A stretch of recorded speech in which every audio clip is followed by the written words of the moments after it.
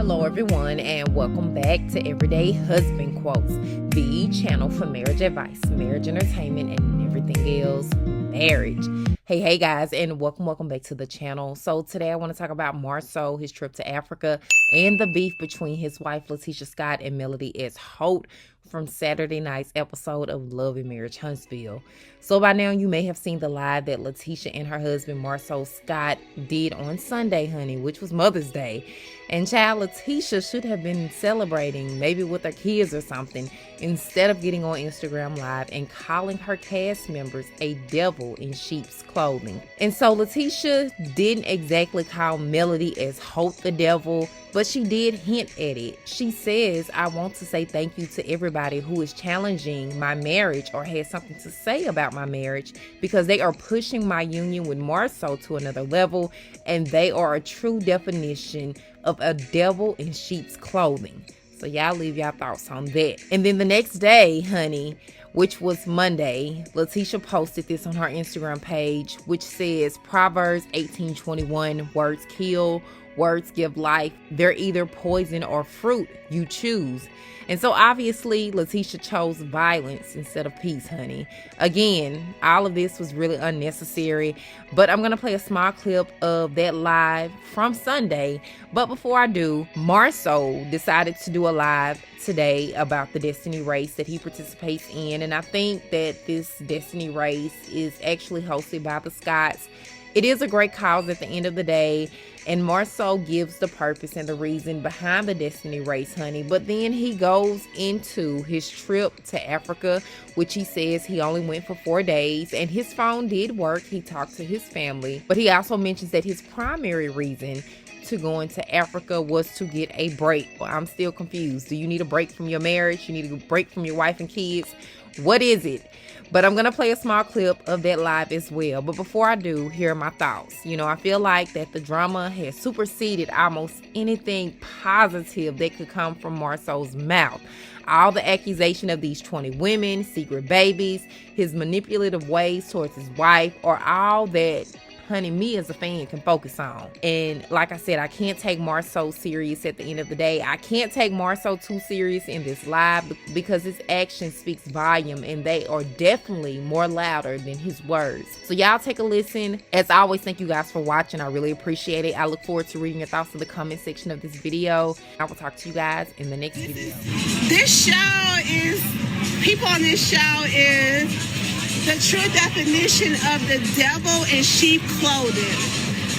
The devil comes to do what? Steal, kill, and destroy, right? My marriage has never been challenged before. So thank you to the cast members that is pushing my marriage and our relationship to another level. True definition of the devil in sheep clothing. That's all I gotta say about that. Whoa, wait, okay, let me see. You guys want to see, like, y'all always talk about black love and where black marriages have to go through. I think I'm the prime example of that. I've been married for 16 years, and don't believe the hype. We have so many, like, issues in our marriage, and it's not about, like, infidelity. It's just the regular things that you deal with in a marriage, like, for real. Like, we struggle through things, but that foundation has to be strong. At the end of the day, we have 3 amazing kids. Life is not perfect, but we strive and we work hard for what it is that we have, and that's marriage. What I've learned, I'm gonna tell you this, and I didn't get a chance to say it on the show, even though I said it didn't play. I went to Africa, whatever the jokes are, I don't care. I was at a very, very tumultuous time in my life because I climbed this big ladder to success, and I found out I was leaning on the wrong building. I was trying to, because I grew up without money, and I thought that money would be the answer. And so I gave up all this time to get money. And then when I got money, I had nothing but money. I went to Africa to get a break, just to get a break. I went for 4 days. My phone worked, so I talked to my family daily, but regardless. I went there, and for the first 2 days, all I could do was think of how I could work myself to death. I looked at the roads and in Tanzania, okay, just to make sure you understand, because Africa's 54 different countries. So I looked at the roads and I looked at, different things and how I could come over here and oh man, I could start a concrete company. I could be a Home Depot over here. I could build all of this up here. Oh my God. And start doing all of this stuff. And then I talked to a guy, and he was one of the Americanized, Tanzanians, and so he was kind of telling me that people are lazy. He was like, yeah, they're lazy, man. They don't, they'll tell you in a second, I don't gotta work. I ain't got no bills. Pause. It made me think for a second. Let me ask you a question. A lot of people believe in heaven or hell, all right? Have you considered, well, let me say this. People believe that heaven is a place of paradise and a place of just riches beyond your belief. Have you considered what you're going to do to earn money when you're in heaven? Are you going to work? Work at Walgreens, be a engineer in heaven or something like that? See, because the truth is, you don't need money to live in paradise. It made me understand why some people weren't pressed about money. They're more pressed about living, being wealthy. Who's to say that you got a lot of money but you're wealthy? And so at that point, right there, I realized the value of time. I gave up all this time to get money, but then I don't spend the money because then I won't have the money. So I spend the money on nothing. Gave up time to get money. In the end, you don't spend the money.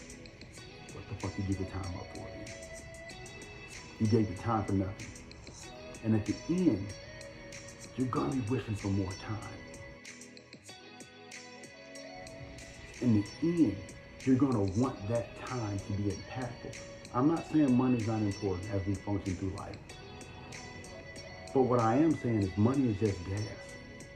The most important thing is the car ride, the journey, the things you see along the way, and ultimately your destination and how you're gonna be impactful. And those that are riding the car with you, those are the things that are most important.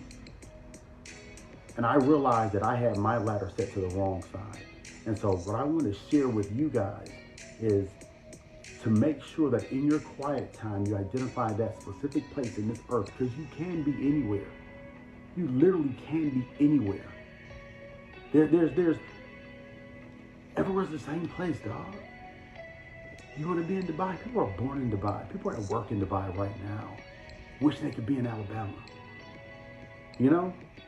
It's about the journey, the love, the time you spend with the people that you love, the legacy you live, and that legacy can be that, what did he do with his time? What did he do while he was here? You know, whose life was better? Whose life was changed? You know, did he do the best he can? When it gets down to the destiny race, that's what it's about. There's the song, Whitney Houston, she sings, give me one moment in time when I'm more than I thought I can be, when all my dreams are a heartbeat away and the answers are all up to me. Give me one moment in time when I'm racing with destiny. Imagine waking up one day and lining up against the best. I'm right here, and the best that Marsau can be is right next to me. What if we got into a foot race?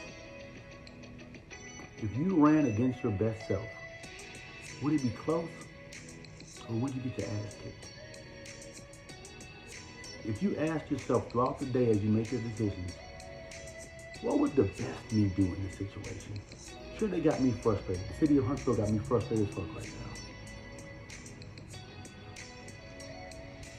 What would the best Marsau do? What words would the best Marsau choose?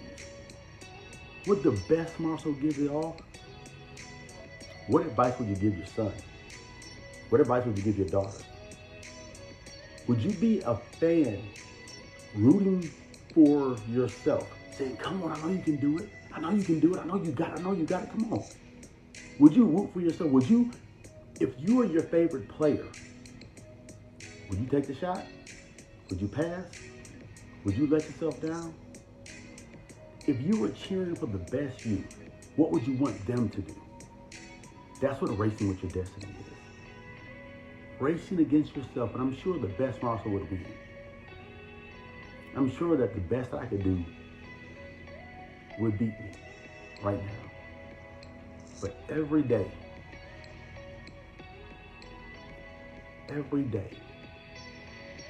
I want to get closer and closer and closer. It kind of reminds me of that Rocky movie when Rocky was racing against Apollo Creed. And every day, he was getting closer and closer. I don't think that I'll ever get to the point where I can beat the best Marsau. But God damn it, it'll feel good to tie. It'll feel real good to run as fast as I can and be able to reach out and touch him. Reach out and touch the best creature that God made and say, this is the example of the best you can be in this earth. And you got a chance to touch him. The race with destiny is a race against yourself. That's why the grand prize doesn't go to the fastest. Nope. It's like cars on the road. The one car that's weaving through and going without a destination, that's just trying to be the number one car on the road, they're the first and they're the last. Always. Because you don't know where everyone else is going. You're never going to get enough. You're never going to get more. It's about where you are and where you want to be. There's only two places in this world, where you're at and where you want to be. And success in one of those two places equal one. So where you're at is where you want to be, and you want to be where you're at. Please join me. Register for the Destiny Race. At the Marsau and Latisha Scott Foundation. I'll tag it in here because I don't really know it. But please join me in this Destiny Race. It's so symbolic. Every year we give out $5,000, and it's, I think it's $2,500. I think it's $5,500 maybe. It's $2,500, $1,500, and $1,000, and then we give another check for whoever it is. But it's $5,000. It's out of our pocket. But the biggest thing is, I really want people to understand. Damn, I can't hear me. I really want people to understand what it means, what the Destiny Race means, how symbolic it is, and what it can mean for you in your life. The number one goal, right? I was reading Napoleon Hill, and he says this: any dominating idea, plan, or purpose held in the mind through repetition of thought and emotionalized with the burning desire for its realization will be taken over by the subconscious section of the mind and acted upon by whatever natural or logical means may be available. What that means is, find something that you want. Find something that you want. Concentrate on it. Focus on it. Make it a part of you. Become emotional about it. That will go down into your soul, and that will become your destination. That will become your direction. That will become what you desire. And if you desire it, just like you desire food, people don't understand. Hungry people eat or die. There's only two choices. Make yourself hungry for your goals. Make yourself thirst for your destination. Thirst for your legacy. And you'll live daily, and you'll think of that, and you'll put that stake in the ground, and that will be what compels you. You know? I really want people to run in this destiny race.